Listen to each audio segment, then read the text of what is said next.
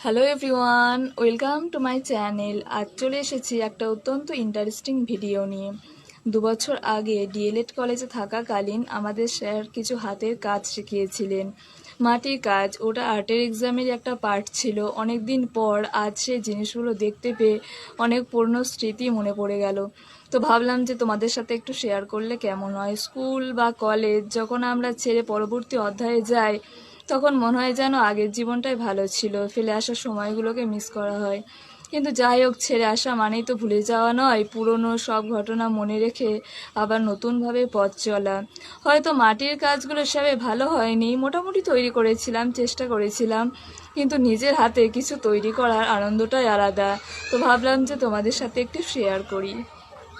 কাজ এখানে নেই, যেগুলো ভালো হয়েছিল স্যার নিয়ে নিয়েছিলেন, আর তার মধ্যে যেগুলো ছিল সেগুলোই তোমাদেরকে দেখাচ্ছি। এই দেখো, এই হাতিটা তৈরি করেছিলাম পুরোটাই মাটির কেটে ছাপ দিয়ে তারপরে এটা তৈরি করেছিলাম। এটা হচ্ছে টিয়া পাখি।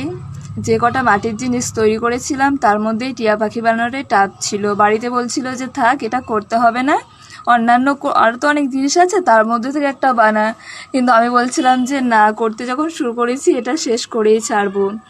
পুরোপুরি হয়নি, মোটামুটি করেছিলাম, আর 2 বছর আগে তো তার জন্য কালারটাও ফেড হয়ে গেছে। আর এগুলো হচ্ছে মাটিগুলোকে কিছু পাতার ছাপ তৈরি করতে হয়েছিল, তার মধ্যে করেছিলাম পেয়ারা পাতা, এটা করেছিলাম শিউলি পাতা দিয়ে, আর এটা হচ্ছে কাঁঠাল পাতা। আর ফলের মধ্যে করেছিলাম আম।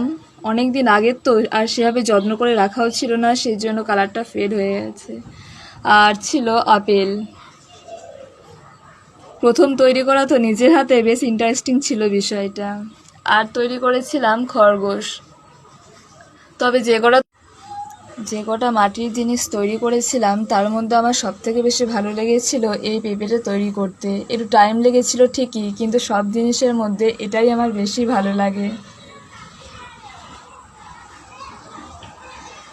মাটির হাতের কাজগুলোর মধ্যে তোমাদের কোনটা সবথেকে বেশি ভালো লাগলো অবশ্যই কমেন্টে জানিও। আর ভালো লাগলে চ্যানেলটি সাবস্ক্রাইব করে আমার পাশে থেকো। আজকের মতো ভিডিওটা এইটুকুই, বাই।